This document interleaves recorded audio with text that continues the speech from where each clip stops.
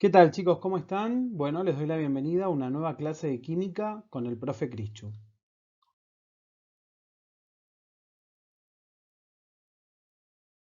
En la clase del día de hoy vamos a hablar acerca de los sistemas materiales.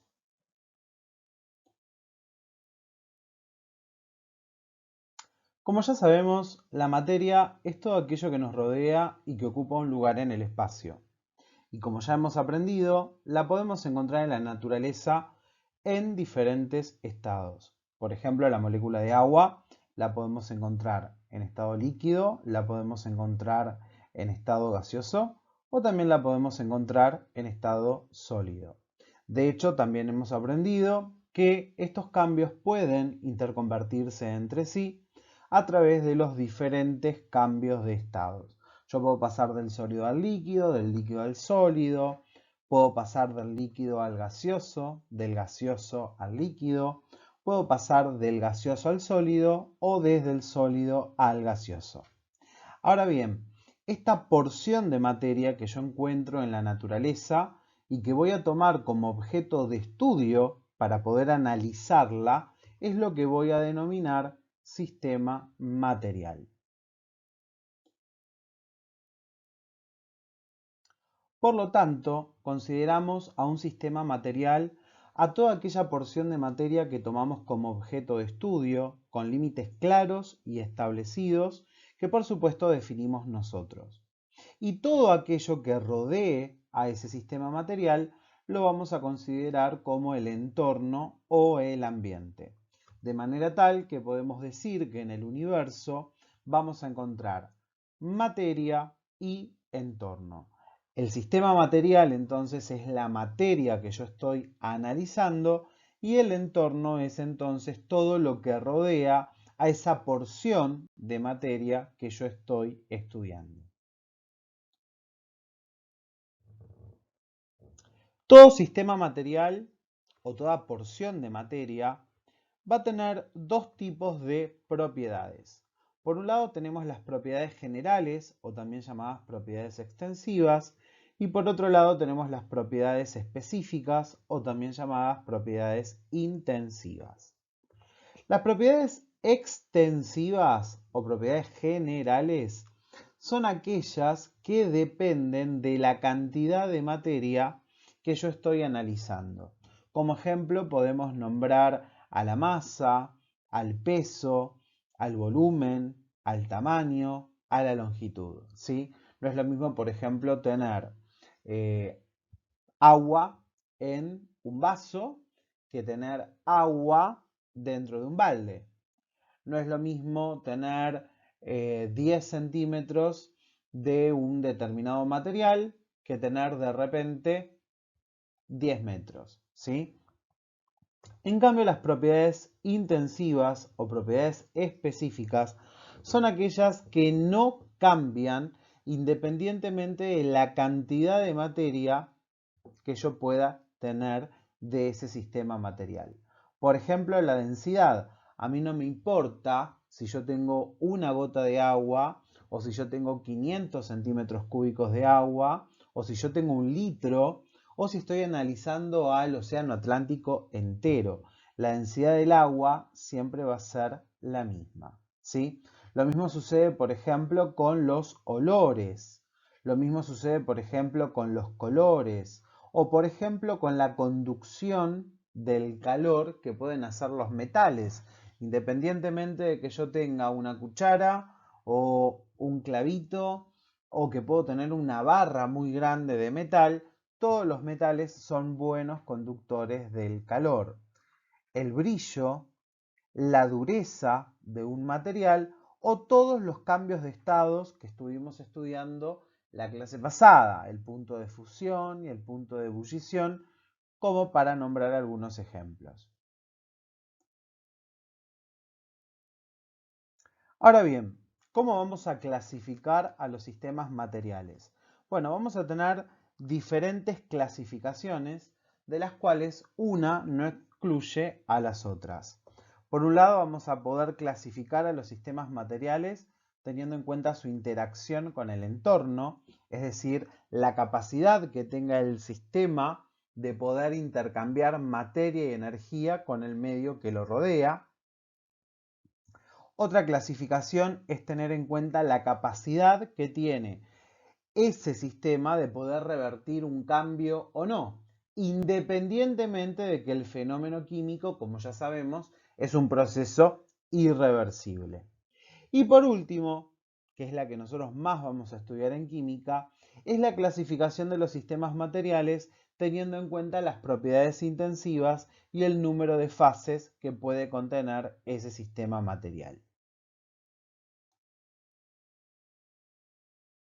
Bueno, arrancamos con la primera, ¿sí? ¿Cómo clasificamos a los sistemas teniendo en cuenta la interacción con el entorno? Bueno, dependiendo de la capacidad que haya entre el sistema y el entorno de poder intercambiarse entre sí materia y energía, vamos a ver que tenemos sistemas abiertos, cerrados o aislados. Un sistema va a ser abierto cuando ese sistema le puede dar materia al entorno, el entorno le puede dar materia al sistema y cuando además ese sistema le puede dar energía al entorno y el entorno además le da energía a ese sistema. Como ejemplos tenemos todos los tipos de seres vivos que podemos encontrar en la naturaleza, como por ejemplo las células, las plantas o los animales, ¿sí? Un ejemplo concreto, bueno, de intercambio de materia y energía entre un sistema y un entorno, cuando ese sistema, por supuesto, es un sistema abierto. Bueno, podemos hablar de la alimentación que hacemos los heterótrofos, ¿sí? Nosotros necesitamos llevarnos el alimento ya producido, ¿sí?, a la boca, empezar a digerirlo. Entonces, con esto lo que observamos es que estamos incorporando materia que tomamos del entorno, ¿sí? Después de un tiempo de haber hecho la digestión, nosotros le vamos a devolver materia al entorno, ya sea por materia fecal o por orina, nosotros le estamos devolviendo materia. Entonces, con esto evidenciamos que hay un intercambio libre de materia entre el sistema y el entorno. El sistema le da materia al entorno, el entorno le da materia al sistema.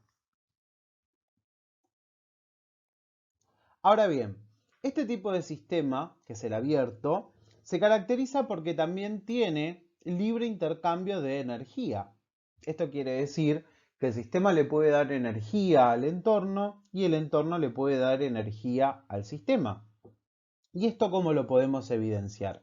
Y bueno, nosotros como animales que somos, podemos incorporar la luz del sol, ¿sí? Entonces podemos tomar esa energía y utilizarla para sintetizar vitamina D. Entonces estamos, ¿sí?, incorporando energía del entorno. Nosotros vamos a hacer nuestras actividades. Cuando hacemos nuestras actividades entramos en calor, empezamos a transpirar, disipamos ese calor y lo que estamos entonces ahora es devolviendo energía al ambiente en forma de energía calórica, ¿sí? Entonces acá vemos cómo podemos también incorporar energía del entorno, pero a su vez también le podemos dar energía al entorno. Por lo tanto, todo sistema que puede intercambiar libremente materia y energía con su entorno será un sistema abierto. Un sistema cerrado será aquel en el cual no va a haber intercambio de materia entre el sistema y el entorno, pero sí pueden intercambiar libremente energía. En cambio, un sistema aislado va a ser aquel en el cual no puede haber intercambio ni de materia ni de energía entre el sistema y su entorno. Una segunda forma de poder clasificar a los sistemas materiales es teniendo en cuenta la capacidad de poder revertir un cambio. ¿Sí? Yo más que revertir un cambio diría la capacidad de poder revertir una reacción química, ¿sí? Porque nosotros sabemos que los fenómenos químicos ya de por sí son irreversibles, ¿sí? Entonces en realidad deberíamos hablar de la capacidad de poder revertir la reacción, porque el fenómeno, por supuesto, ya sabemos que es irreversible. Entonces, pensemos primero y principal en qué es una reacción química. Bueno, una reacción química no es nada más ni nada menos que una reacción en la cual yo voy a tener una serie, ¿sí?, de elementos a los cuales voy a llamar reactivos, que se van a combinar entre sí para poder formar un producto final, ¿sí? Entonces, siempre fíjense, en este caso, es un caso muy concreto, yo puedo nombrar a los huevos, puedo nombrar a la harina, puedo nombrar a la leche, ¿sí? Los voy a nombrar entonces como reactivos que se combinan para poder formar entonces ahora un producto. Ahora, ¿qué sucede? Si en el proceso por el cual los reactivos se transforman en productos y ahora esos productos pueden volver a transformarse en reactivos, ocurre, se dice entonces que se pudo revertir el cambio. Entonces esa reacción química se va a representar con una flecha de ida y con una flecha de vuelta desde los reactivos hacia los productos y desde los productos hacia los reactivos.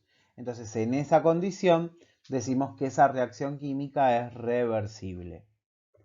Por el contrario, cuando nosotros tenemos una reacción en donde los reactivos se combinan entre sí y se transforman ahora en producto, pero ese producto no se puede volver a transformar en reactivos, como es el caso, por ejemplo, de esta foto, este brownie ya no puede volver ahora a transformarse en cada uno de estos reactivos por separados, entonces decimos que esa reacción es irreversible y se va a representar con una flechita que va en una única dirección, que va a ir siempre desde los reactivos hacia los productos.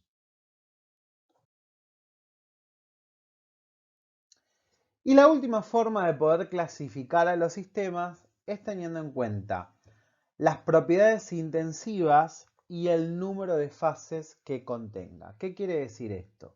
Bueno, ya habíamos visto al principio de la clase que las propiedades intensivas tienen que ver con determinadas características que son independientes de la cantidad de materia que yo tenga. Entonces, por ejemplo, podemos nombrar, como es este caso, el color. ¿Sí? Ya después vamos a ponerle nombre esto a la próxima clase, porque justamente en la próxima clase vamos a arrancar con este tema y vamos a ver que en realidad lo que estamos observando acá no son pelotitas de colores, sino que estamos observando moléculas, ¿sí? Pero ahora vamos a hacer de cuenta que todo eso no existe porque recién lo vamos a aprender la clase que viene. Ahora estamos viendo pelotitas de colores, ¿sí? Entonces, si nosotros comparamos este primer recipiente de la izquierda con este segundo recipiente de la derecha, podemos decir que en este recipiente de la izquierda yo encuentro solamente pelotitas de color rojo. Entonces, como el color es una propiedad intensiva, yo digo que en ese recipiente observo materias que en cualquier punto, en cualquier porción, ¿sí?, de esa materia, encuentro la misma propiedad. O sea, yo busque por acá, o busque por acá, o busque por acá, o busque por acá, lo único que voy a encontrar son pelotitas rojas. Entonces digo que tiene una sola fase, que es el color rojo. Por lo tanto, si yo tengo que contar cuántas fases, o sea, cuántas propiedades intensivas yo encuentro en ese sistema, digo que encuentro una sola, que es la fase de pelotitas color rojo. Si yo observo este segundo recipiente, ¿qué voy a observar? Y voy a observar que tengo, por un lado, una zona del recipiente en donde encuentro pelotitas de color rojo y voy a encontrar otra parte del recipiente en donde encuentro pelotitas pero de color azul. Entonces ya no es lo mismo, por ejemplo, mirar esta parte del recipiente que mirar esta. Porque yo acá voy a estar observando, ¿sí?, dos fases completamente diferentes. Por un lado voy a tener una fase roja, que por supuesto, dentro de la fase roja, yo puedo mirar por acá, puedo mirar por acá, puedo mirar por acá, puedo mirar por acá. En cualquier punto de esa fase roja, yo lo único que encuentro es el color rojo. Pero si yo me voy un poquito más para arriba del recipiente, ahora encuentro una fase azul. ¿Sí? Si yo miro por acá, miro por acá, miro por acá o miro por acá, voy a encontrar solamente pelotitas azules. Entonces acá lo que veo es una fase que es la fase azul. Entonces cuando yo miro, ¿sí?, el recipiente completo, voy a ver que tengo dos fases diferentes, ¿sí? Una parte donde tengo pelotitas rojas, a la cual voy a llamar fase roja, ¿sí? Y otra parte donde tengo pelotitas azules, en donde tengo entonces una fase azul. Por supuesto, hay una zona de transición entre una fase y la otra. Y a esa zona de transición entre una fase y la otra se la denomina interfase, que en este caso va a ser la interfase azul-rojo. ¿Por qué? Porque justamente cada una de esas fases se llama una fase roja, la otra fase azul.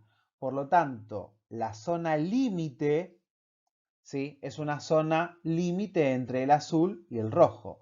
Por eso lo llamamos interfase azul y rojo. Si yo esto lo llamaría fase 1 y a esto lo llamo fase 2, entonces esta interfase se llamaría 1-2. ¿Sí? ¿Cuántas interfaces va a tener un sistema? Bueno, es muy fácil. Siempre tengo que saber la cantidad de fases que tiene ese sistema y restarle el número 1. Entonces, en este caso, como yo tengo dos fases, hago 2 menos 1 y acá voy a tener entonces la interfase. Entonces, todo sistema que tenga una sola fase, esto quiere decir que todo sistema en el cual en cualquier parte de ese sistema material yo encuentro una única propiedad intensiva, va a recibir el nombre de sistema homogéneo, que con más detalle veremos la próxima clase. En cambio, todo aquel sistema que tenga dos o más fases y que por lo tanto tenga al menos una interfase, lo vamos a denominar sistema heterogéneo, que también analizaremos con mucho más detalle la próxima clase.